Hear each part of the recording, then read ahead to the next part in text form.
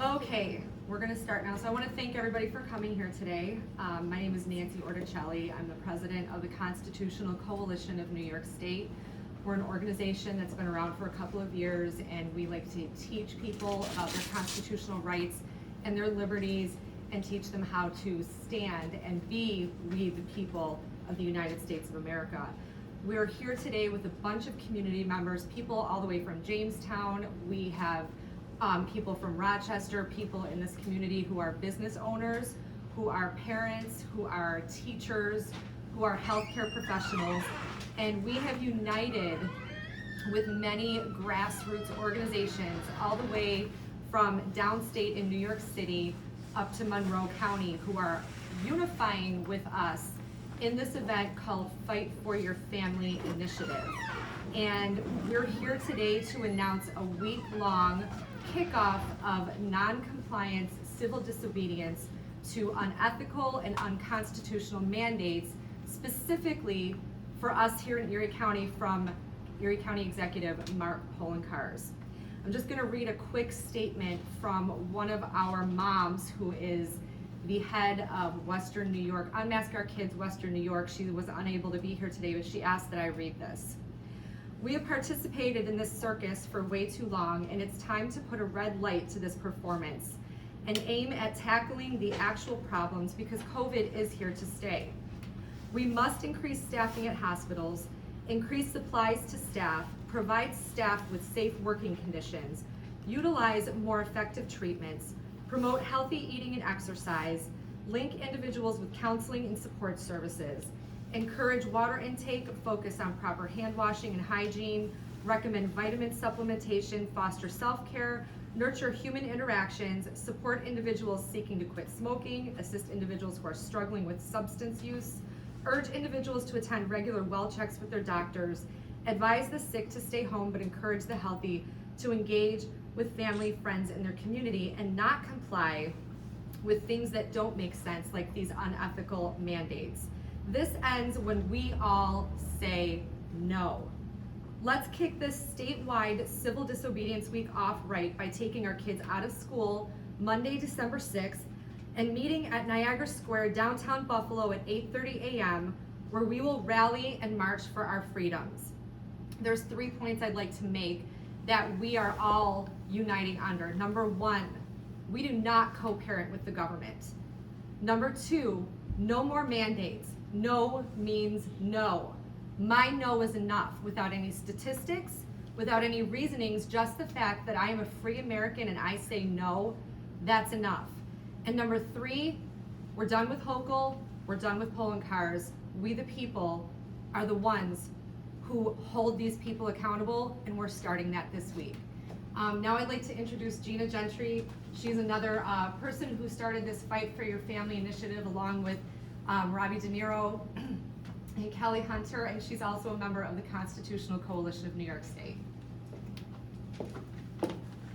Hi, thank you all for being here today. I am a mother of four. I am also in the education field, and as Nancy said, I'm on the board of the Constitutional Coalition.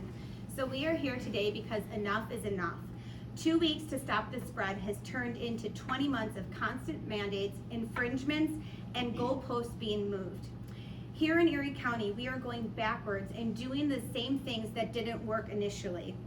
The first and even the second time around, masks have not worked, and even the increase of vaccines is showing that it is a faulty process and procedure. There are states and counties in our local area that are doing better without the overreaching government.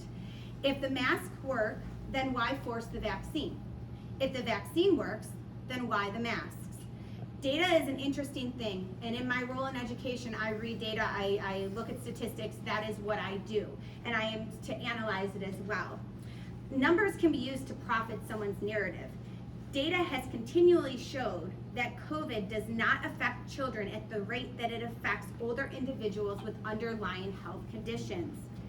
According to the New York State website, as of November 29th, 24 individuals across the entire New York State under the age of 19 have succumbed to COVID-19 or have been a fatality. The data doesn't dig deeper though into provide a thorough analysis of these COVID deaths. Was it an actual COVID death, or did the person pass along with just being testing positive for COVID?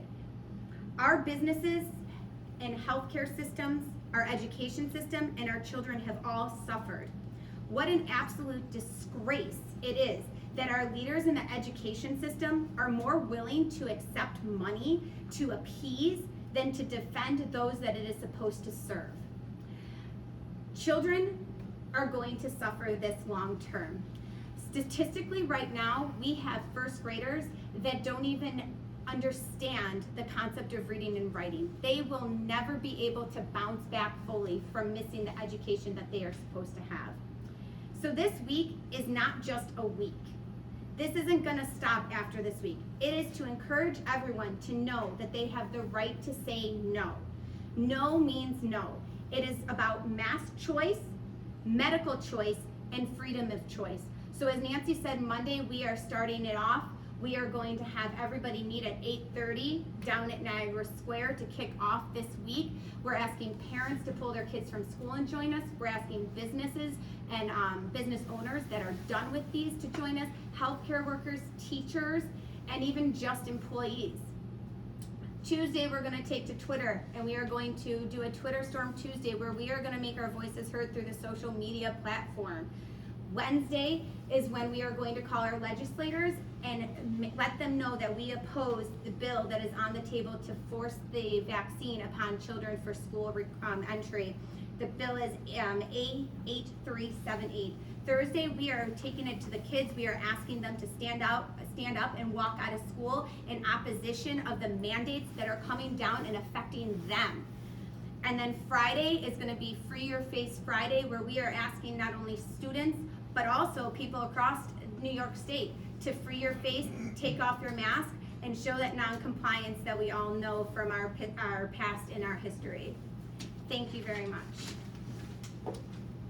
Okay, and next we are going to have Brandon Carr. He is the owner of this facility, and he was good enough to open it up for us. He has a few things to say as a business owner.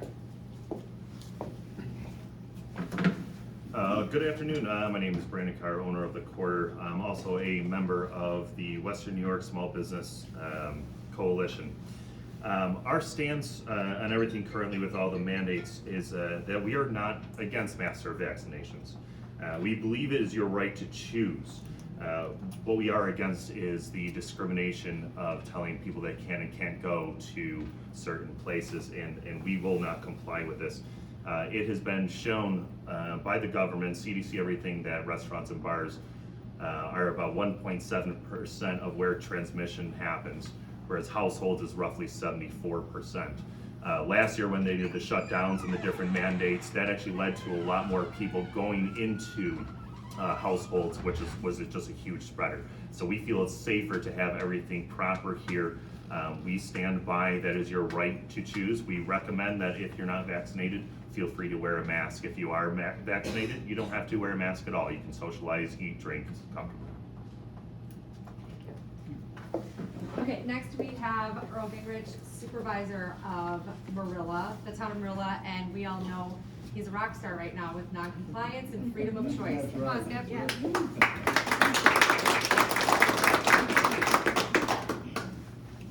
I never intended to be in the limelight like it has turned out to be. I represent the town of Marilla, and as an elected official, you're supposed to represent the people that put you into office, not yourself or some other hidden agenda. Many times I have to make a decision based on what's best for the people and not what maybe my personal view is. When this first came out, I was not the one that initiated this effort. It was mainly the people working in the town hall when it came out and said, we've had enough. And there was time that we were going to take a stand. I started consulting the entire town board. I did not take this action by myself.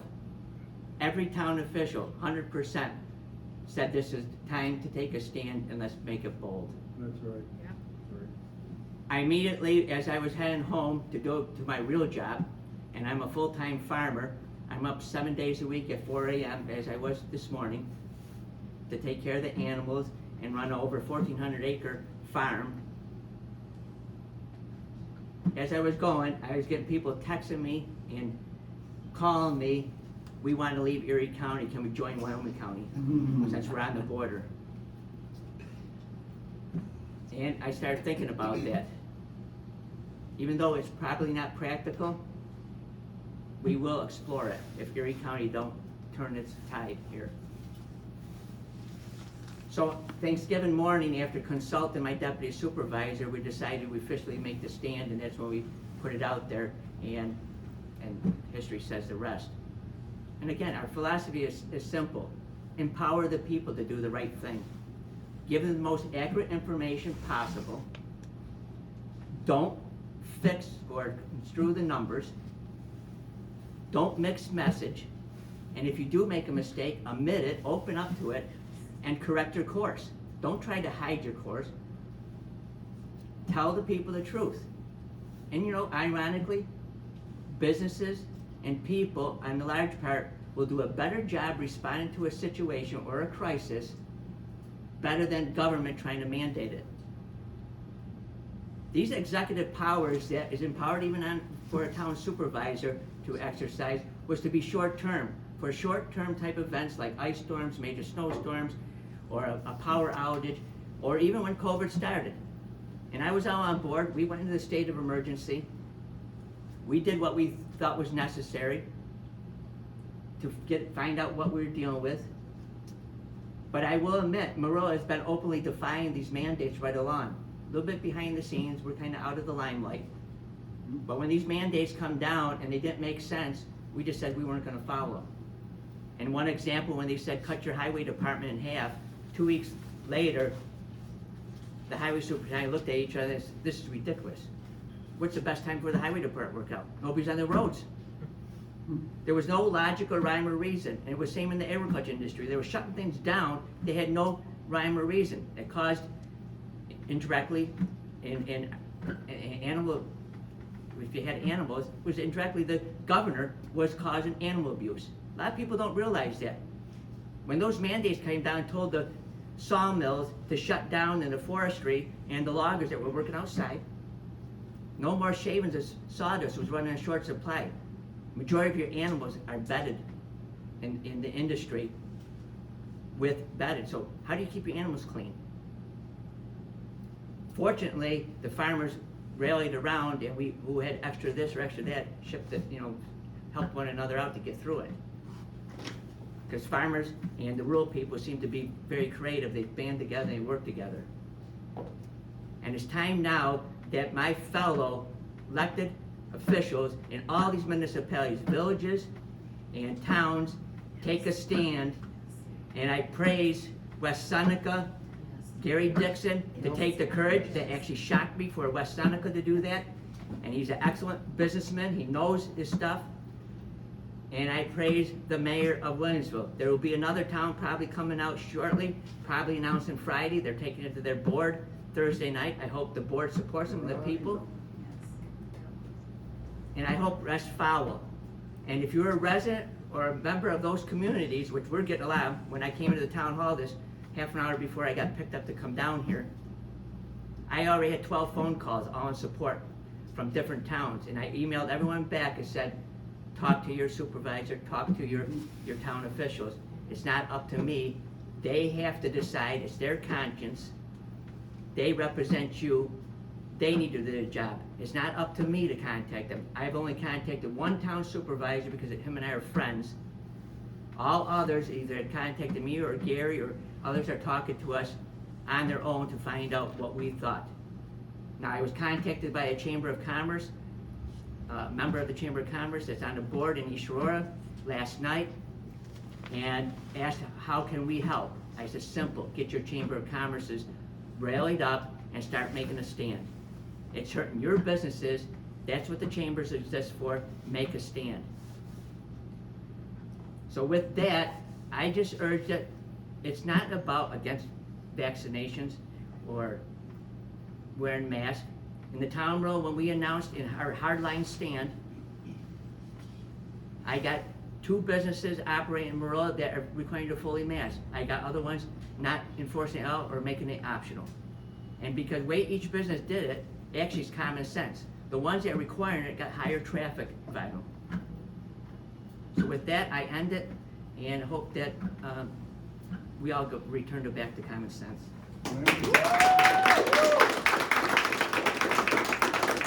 That's amazing. And I just want to say, if you want to get a hold of any of us for information on this initiative, you can go to fight4yourfamily.com/home, or you could email us at ccnys@usa.com. I'm just going to introduce our last speaker of the day, and this is somebody that everybody knows. He needs no introduction, except I do want to acknowledge some business owners here. We have Bob from the Kitchen, we have Joe from our Tones. Thank you guys for being here and standing with us. You guys are amazing. So the next and final speaker is Robbie De Niro from Athletes Unleashed. Thanks, Nancy. Thanks. Man, I love America. I love all these people, and I really appreciate you guys coming out. My name is Robbie De Niro, and I'm a business owner and a father of 4 in Orchard Park, New York, right here in Erie County.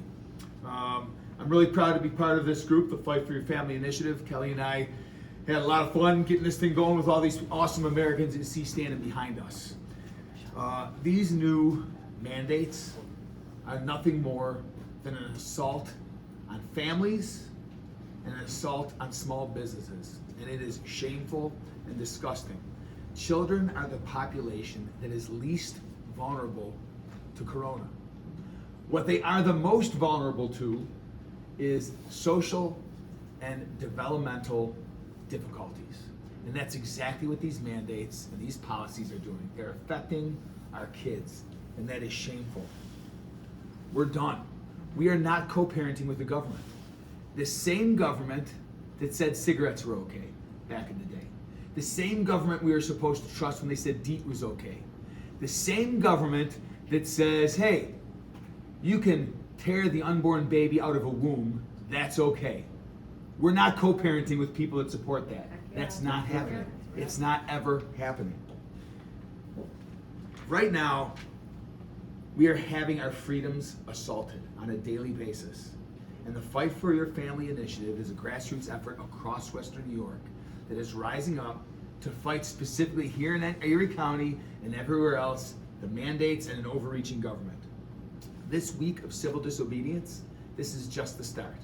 And I cannot wait for the kids to experience the same power that Rosa Parks experienced when she stood up. When she said no, that civil disobedience was embraced. And our kids are going to experience the same empowerment when they say no. So on Thursday at 10 o'clock, when those kids stand up and say no, and the teachers can't do a damn thing about it, that's empowerment. The same kind of empowerment Rosa Parks felt. The same kind of empowerment Irina Sandler felt when she was saving hundreds of kids from the Nazis. That's what we're going to teach our kids to do. And Friday, after the Pledge of Allegiance, what better demonstration of patriotism and freedom than tearing off your damn masks? I can't wait for the kids to do that after the Pledge of Allegiance. And once again, the teachers and the administrators will be powerless to do a thing against it. And those kids are going to feel what it's like to be an American again. They're going to be taught right away what it's like to be disobedient, because that's what Americans are. Americans aren't obedient little dogs. That's right. They're disobedient. Right. They stand for freedom just like Rosa Parks did, just like Dr. Martin Luther King did, just like the people that fought for women's voting back in the early 1900s. That's what our kids are going to feel. And I need every single business owner to stand up and just say they're done.